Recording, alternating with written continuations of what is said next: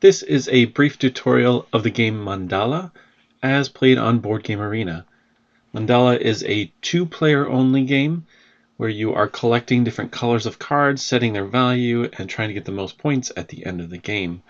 And before we get into the play, there are a few concepts that are important to discuss and what their names are as I refer to them later in the tutorial. So the board is set out with two mandalas in the middle. There's a full mandala over here and a second mandala over here. Each mandala has two different parts. There's a middle row, which is the mountain, and then there are two fields. One over here that belongs to this player, and one over here that belongs to this player. So that you can consider those rows as well. So there's three rows in each mandala, the mountain, and then two fields, one on each player's side. Same with here, one mountain, and then two fields, one on each player's side. Then each player has their own river. That's this here with the numbers 1 through 6. And then cup. And the cup is where you put cards that will score. So there are a few kind of core rules that are important to remember as you start building those mandalas and collecting the various colors of cards. There are 6 different colors, and as you start collecting it, the first time you collect a color, it will go in this river. So the first time I collect a new color like orange, let's say I collected, it will go here. And so the orange will go here, and now oranges at the end of the game are worth 1 point for me. If I collect future orange cards, those will go in my cup and count 1 point. Note that I already have an orange in my cup, so whatever that orange card happens to be is what that value is going to be at the end of the game. So if I took it first and it was the number 1, then that orange would be worth 1 point. Let's say I have an orange and then I take a yellow. Then the yellow would go in this second. And now all yellows that I put in my cup would be worth 2, 3, 4, 5, and finally 6. You may not fill your whole river. In fact, as soon as somebody does fill their entire river, that round is the last round of the game. Or that there also, if the deck runs out, that also ends the game. But again, the river here just determines the point value of each color, and so the first time you collect a card of that color, it determines what point value it is, and then at the end, only the color cards in your cup here, and it shows you what I've got now. You start out with a couple in the beginning. I have one orange and one green, and I don't know what my opponent has, but these are the only cards that score at the end of the game, based on the values here. Alright, so what do you do on your turn? Well, you have 3 options. So these are the cards that I have currently in my hand, 2 red, 3 purple, and 1 black. I can play a card either to the mountains or the fields, or I can discard to get cards back. And this little symbols here show you those 3 options, but we'll go over them individually. So the first option is to play in a mountain. Now if I want to play in a mountain, which is in the center, then I would only play 1 card, and then I could draw up to 3.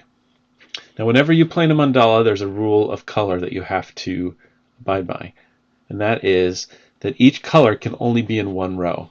So currently orange and yellow are in this mountain row. That means I cannot play an orange or a yellow in my field, and my opponent cannot play an orange or yellow in my field. If I played a red in the mountain, then no longer could reds be in either 2 fields.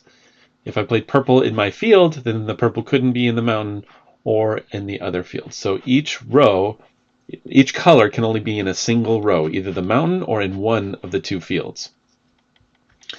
So when you play on a mountain, you play 1 card and then you draw up to 3. You can only have 8 cards in your hand, so you don't draw and then discard. You just draw up to 8. If you need to draw more, you just don't get to.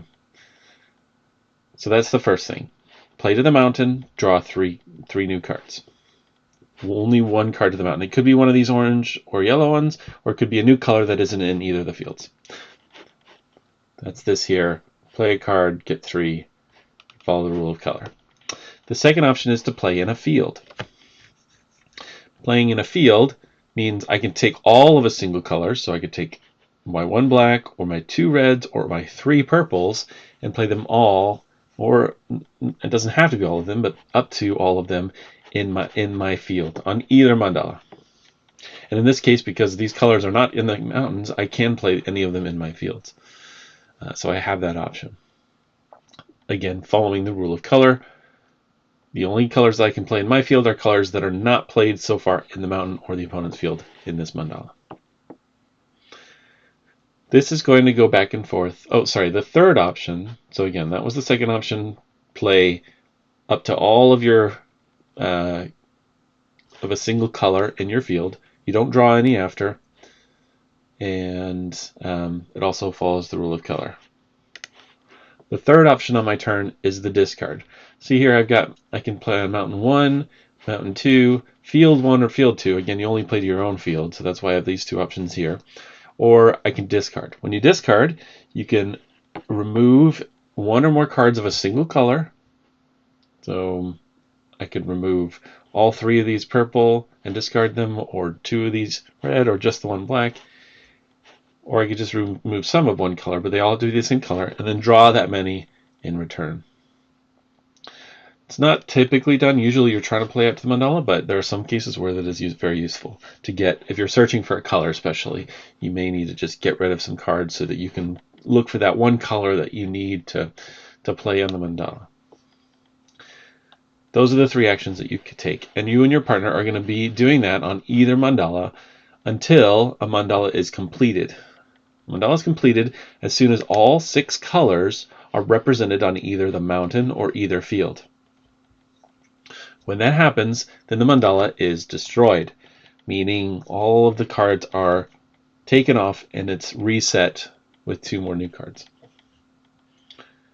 The way that a mandala is destroyed, again, after all 6 colors have been used on it, is that you look at each field, and whoever has the most cards in their field gets to take all of one color in the mountain. A lot of times there's only going to be 1 card of a color, again, because you can only play 1 of each color. But maybe if I played a yellow in this mountain before it completed, and it was my turn to go first, I could take 2 yellows. Those colors that you take from the mountain, they go either in your river or in your cup. Those are the scoring cards. The field cards never go into your river or cup, but they just determine who goes first in picking in that mountain. That often can be very important. Also to note, a couple things about the fields. If you tie, if like my opponent had 3 cards in his field and I had 3 cards in my field, then whoever did not play the card that caused the mandala to complete will pick first. So for example, if there are 5 colors there and I had 3 and my opponent had 3 and I played the last color to the mountain, we tied. Because I played the last card that completed the mandala, my opponent would draw first from the middle. Second, if you do not have any cards in that field and the mandala completes, you still take your turn drawing from the middle, but you do not get to keep those cards. They just they simply get discarded, which is not a great situation. You want to try to at least have 1 so you can keep the cards in there.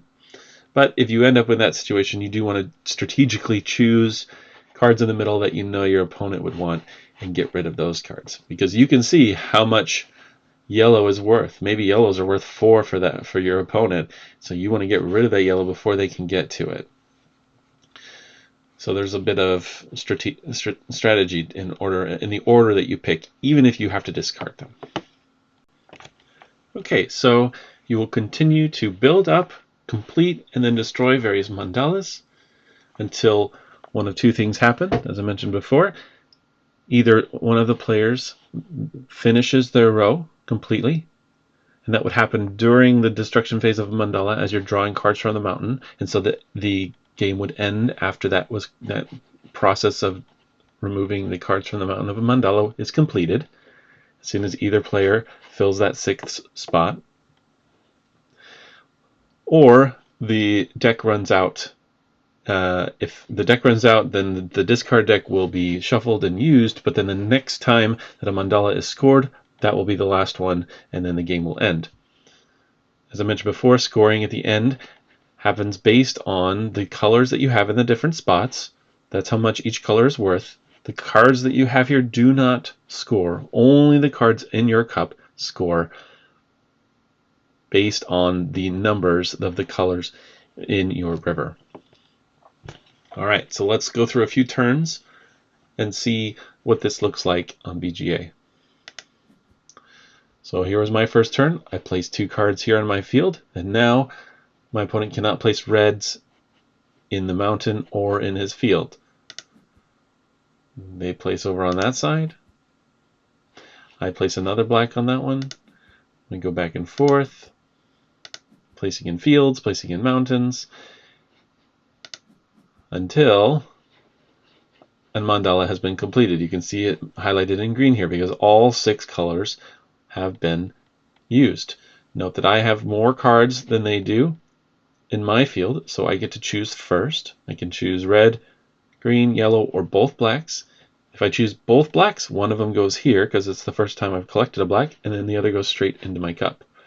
That's what I do, and so now I have a black that's worth 1 point, and any other blacks that I collect in the future are worth 1 point. We can go back and forth. Again, the first cards that are chosen of that color will go in the river to determine the point value, and the rest go in the cup, which give you actual points at the end of the game. New mandala is started. We continue to go back and forth.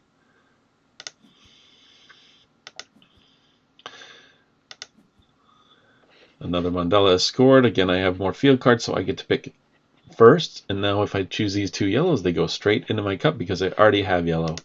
And that's what I do, and I just got 4 points from that. I'm noticing over here that this has already gotten 4 colors. It's close to completing. In fact, my opponent just played the 5th color.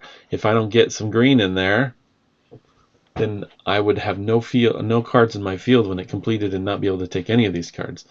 So I make sure to play a green in there. I only played 1 in my field because I knew I wasn't going to win on cards, and I figured, well, I'll just keep these greens for later and still get to keep cards from the middle. So they take the orange and score that 3 points. I take the purple and get one of the purples as a 3 points. This continues on until either one of us again fills our whole river, or the deck runs out and then we finish one more mandala. And that is how you play mandala. I hope this was helpful.